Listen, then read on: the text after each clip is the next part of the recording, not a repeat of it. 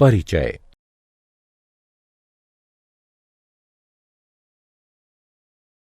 छात्रों, क्या आप बता सकते हैं कि यह कौन सा समीकरण है? यह एक रैखिक समीकरण है सर।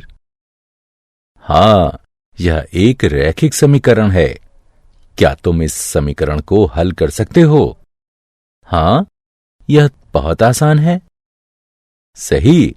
अब ये बताओ कि ये कौन सा समीकरण है? यह भी रैखिक समीकरण है।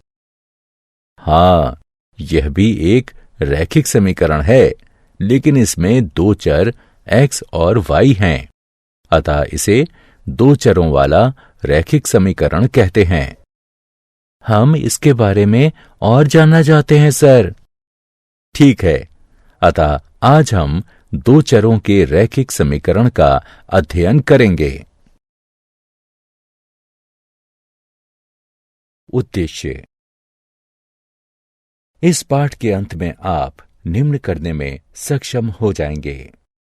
दो चरों के रैखिक समीकरण को परिभाषित करना, दो चरों के रैखिक समीकरण को हल करना, दिए गए समीकरण के लिए विभिन्न हल ज्ञात करना, दो चरों वाले रैखिक समीकरण के आलेख बनाना, दिए गए समीकरण का संख्या रेखा और कार्तीय तल में निरूपण करना। रैखिक समीकरण। हम जानते हैं कि एक सरल रैखिक समीकरण दो बीजीय व्यंजकों के बीच साम्य होता है। इन व्यंजकों में एक अज्ञात मान होता है, जिसे चर कहते हैं। किसी समीकरण के दोनों पक्षों को दायां पक्ष और बायां पक्ष कहते हैं। इस समीकरण को देखिए। इस समीकरण का हल या मूल है ऋण 5/2। आइए देखें कि यह संख्या रेखा पर कहां निरूपित होता है। ये यहां है। किसी रैखिक समीकरण को हल करने के लिए बिंदु। किसी समीकरण को हल करते समय आपको इन बिंदुओं को ध्यान में रखना चाहिए। किसी रैखिक समीकरण का हल प्रभावित नहीं होता जब समीकरण के दोनों पक्षों में समान संख्या जोड़ी या घटाई जाए। आप समीकरण के दोनों पक्षों में समान गैर शून्य संख्या से गुणन या विभाजन करें। दो चरों वाले रैखिक समीकरण। किसी रैखिक समीकरण में एक से ज्यादा चर हो सकते हैं। यहां हम दो चरों वाले रैखिक समीकरण के बारे में अध्ययन करेंगे। आइए एक उदाहरण लें। राहुल ने हिंदी और अंग्रेजी में कुल मिलाकर 75 अंक प्राप्त किए। अब इस सूचना को हम किस प्रकार समीकरण के रूप में व्यक्त कर सकते हैं? यहां आप देख सकते हैं कि किसी भी विषय का अंक नहीं ज्ञात है, जो कि दो अज्ञात मान मात्राएं हैं। आइए इन्हें व्यक्त करने के लिए x और y का प्रयोग करें। अतः हिंदी में प्राप्त अंक x है और अंग्रेजी में प्राप्त अंक y है। इसलिए x जमा y बराबर 75 वांछित समीकरण है। यह दो चरों वाले रैखिक समीकरण का उदाहरण है। दो चरों वाले रैखिक समीकरण के कुछ अन्य उदाहरण हैं। 1.2s जमा 3t बराबर 5, p जमा 4q बराबर 7 और 3 बराबर 2x घटा 7y। इन समीकरणों को हम निम्न रूपों में क्रमशः व्यक्त कर सकते हैं। 1.2s जमा 3t घटा 5 बराबर 0, p जमा 4q घटा 7 बराबर 0 और 2x घटा 7y घटा 3 बराबर 0। अतः कोई भी समीकरण जिसे ax जमा by जमा c बराबर 0 के रूप में व्यक्त किया जा सकता है, जहां a, b और c वास्तविक संख्याएं हों तथा ए और बी दोनों शून्य ना हों। दो चरों वाला रैखिक समीकरण कहा जाता है। उदाहरण, आइए अब इन समीकरणों को ax जमा by जमा c बराबर 0 के रूप में लिखें। पहले समीकरण को 2x जमा 3y घटा 4.37 बराबर 0 के रूप में लिखा जा सकता है। यहाँ a बराबर 2, b बराबर 3 और c बराबर घटा 4.37 है।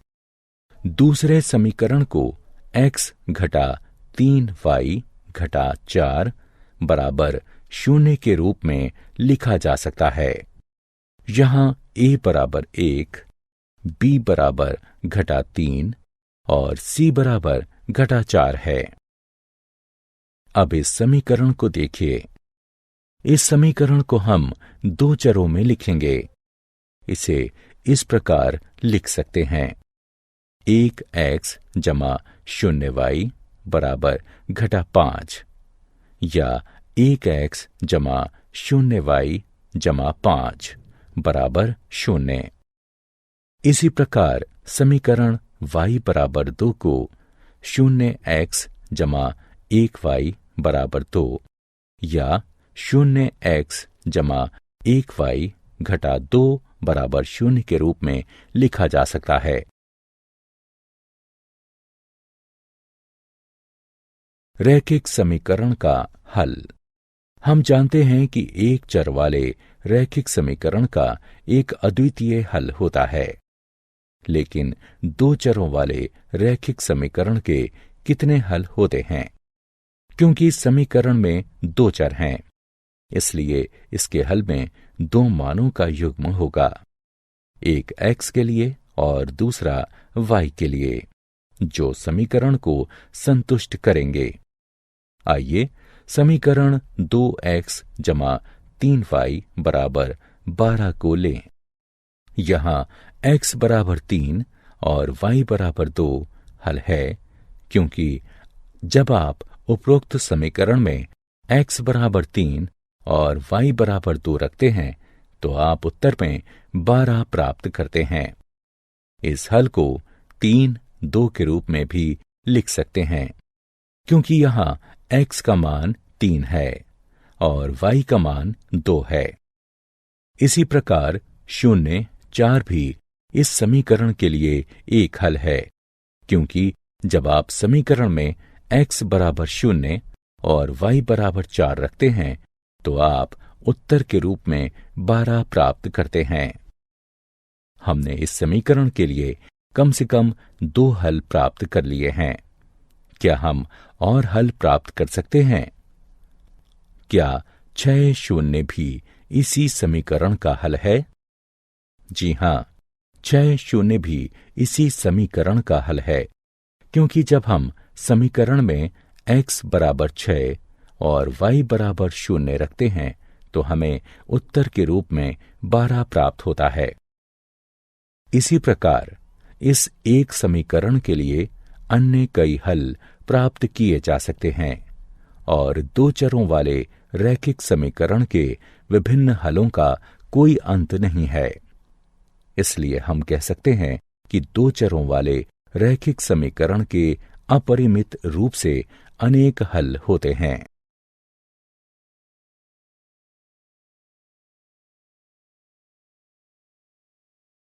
उदाहरण, आइए अब इस समीकरण के लिए 4 विभिन्न हल प्राप्त करें।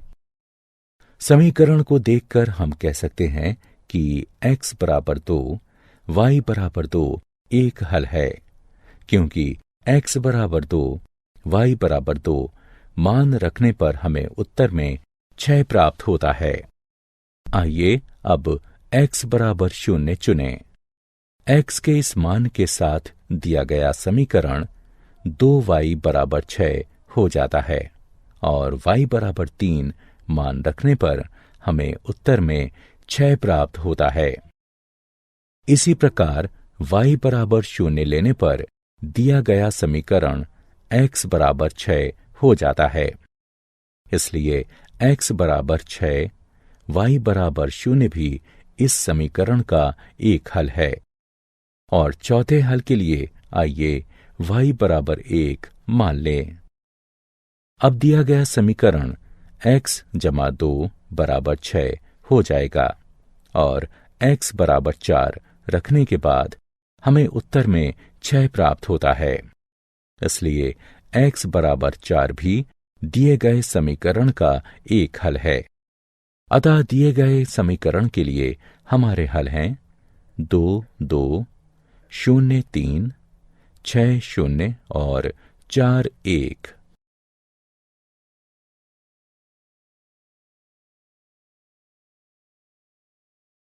दो चरों वाले रैखिक समीकरण का आलेख।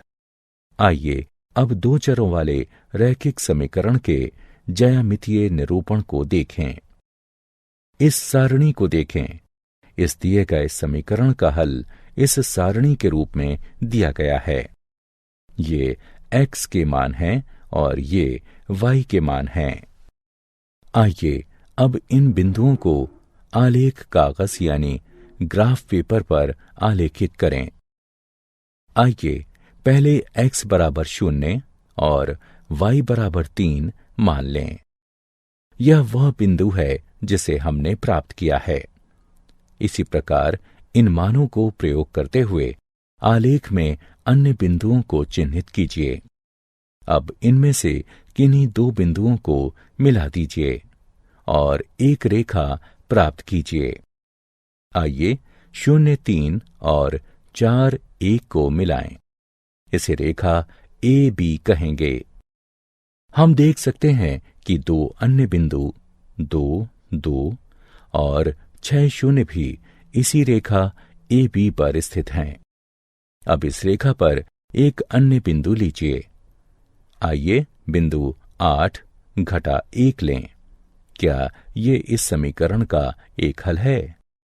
जी हां, ये एक हल है, क्योंकि x बराबर 8 और y बराबर घटा 1 मान रखने पर हमें उत्तर में 6 प्राप्त होता है।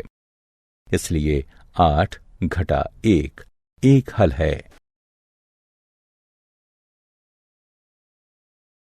दो चरों वाले रैखिक समीकरण का आलेख 2। हमने अपनी पिछली स्क्रीन में क्या देखा? हमने देखा कि प्रत्येक बिंदु जिसके निर्देशांक दिए गए समीकरण को संतुष्ट करते हैं, वह रेखा AB पर स्थित है। रेखा AB पर स्थित प्रत्येक बिंदु इस समीकरण का हल है। अतः हम यह निष्कर्ष निकाल सकते हैं कि रेखा पर स्थित प्रत्येक बिंदु रेखा के समीकरण को संतुष्ट करता है और समीकरण का प्रत्येक हल रेखा पर स्थित एक बिंदु होता है। इसे रैखिक समीकरण का आलेख कहते हैं। अतः दो चरों वाले रैखिक समीकरण का आलेख प्राप्त करने के लिए दो हलों के संगत दो बिंदु आलेखित करना और उन्हें एक रेखा से मिला देना पर्याप्त होता है। उदाहरण। आइए अब एक उदाहरण देखें। बिंदु 1, 2 को लें। अब हम उस रेखा का समीकरण ज्ञात करेंगे जिस पर यह बिंदु स्थित है। क्योंकि 1, 2 रैखिक समीकरण का हल है, इसलिए हम 1, 2 से होकर जाने वाली कोई भी रेखा को प्राप्त करेंगे। ऐसे रैखिक समीकरण का एक उदाहरण x जमा y बराबर 3 है, क्योंकि जब हम x बराबर 1 और y बराबर 2 मान रखते हैं तो हमें उत्तर में 3 प्राप्त होता है। अन्य उदाहरण है y घटा x बराबर 1, y बराबर 2x। वस्तुतः ऐसे अपरिमित रूप से अनेक रैखिक समीकरण हैं जो बिंदु 1, 2 के निर्देशांकों से संतुष्ट हो जाते हैं।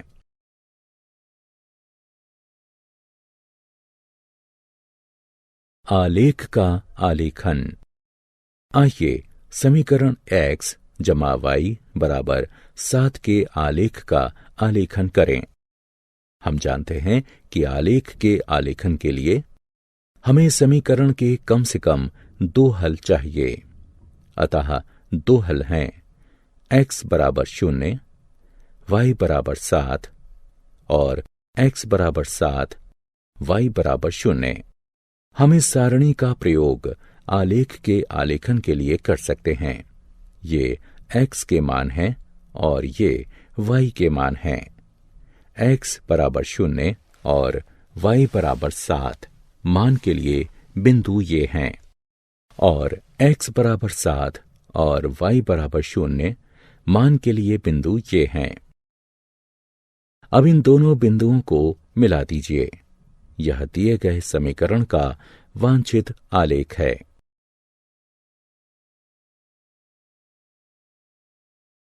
x अक्ष और y अक्ष के समांतर रेखा का समीकरण। अब एक प्रश्न का उत्तर दीजिए। किसी प्राकृतिक संख्या n के लिए बिंदु 2, 0, -3, 0, 4, 0 और n 0 कार्तीय तल में कहाँ स्थित होते हैं? हाँ, ये सभी x अक्ष पर स्थित हैं। लेकिन आप जानते हैं कि ऐसा क्यों है? क्योंकि x अक्ष पर सभी बिंदुओं के y निर्देशांक 0 हैं। वस्तुतः x अक्ष पर स्थित प्रत्येक बिंदु x 0 के रूप में होता है।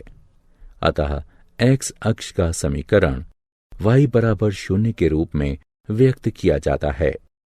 इसी प्रकार y अक्ष का समीकरण x बराबर 0 के रूप में व्यक्त किया जाता है। उदाहरण। आइए अब इस समीकरण को हल करें और हल को संख्या रेखा और कार्तीय तल पर निरूपित करें। समीकरण को 2x घटा x बराबर -3 घटा 1 के रूप में भी लिखा जा सकता है। इसे हल करने पर हमें x बराबर -4 प्राप्त होता है। इसे हम समीकरण 1 से चिन्हित करेंगे। आइए अब देखें कि यह संख्या रेखा पर कहाँ स्थित है। ये यहां पर स्थित है। अब हम जानते हैं कि x बराबर -4 को निम्न प्रकार से लिखा जा सकता है। x जमा 0y बराबर -4 और ये 2 पदों वाले रैखिक समीकरण में परिवर्तित हो जाता है। इसलिए समीकरण x -4 के रूप में परिवर्तित हो जाता है। अतः हम इस समीकरण का पहला हल -4 0 के रूप में प्राप्त कर लेते हैं। क्योंकि y का मान सदैव 0 ही रहेगा, इसलिए समीकरण का दूसरा हल -4 2 होगा। अब इन बिंदुओं को आलेख पर चिन्हित करें। यह -4 0 है और यह -4 2 है।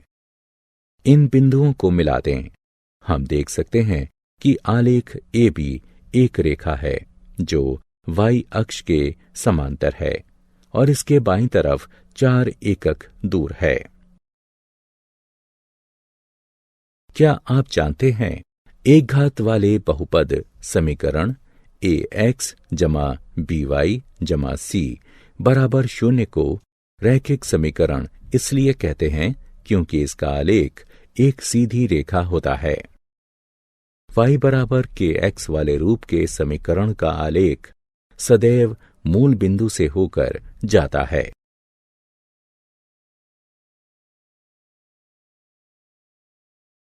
सारांश। आइए हमने जो कुछ सीखा है उसे संक्षेप में दोहराएं।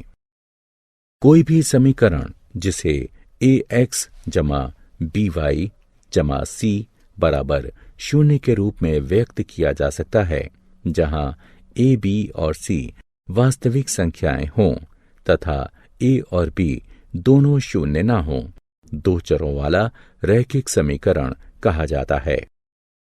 2 चरों वाले रैखिक समीकरण के अपरिमित रूप से अनेक हल होते हैं। 2 चरों वाले प्रत्येक रैखिक समीकरण का आलेख एक सीधी रेखा होता है। एक्स अक्ष का समीकरण y बराबर 0 होता है और y अक्ष का समीकरण x बराबर 0 होता है। x बराबर a का आलेख एक सीधी रेखा होता है जो y अक्ष के समांतर होती है। y बराबर a का आलेख एक सीधी रेखा होता है जो x अक्ष के समांतर होती है। y बराबर mx वाले रूप का समीकरण एक रेखा को प्रदर्शित करता है जो सदैव मूल बिंदु से होकर गुजरती है। दो चरों के रैखिक समीकरण के आलेख पर स्थित प्रत्येक बिंदु रैखिक समीकरण का हल होता है। साथ ही रैखिक समीकरण का प्रत्येक हल रैखिक समीकरण के आलेख पर स्थित एक बिंदु होता है।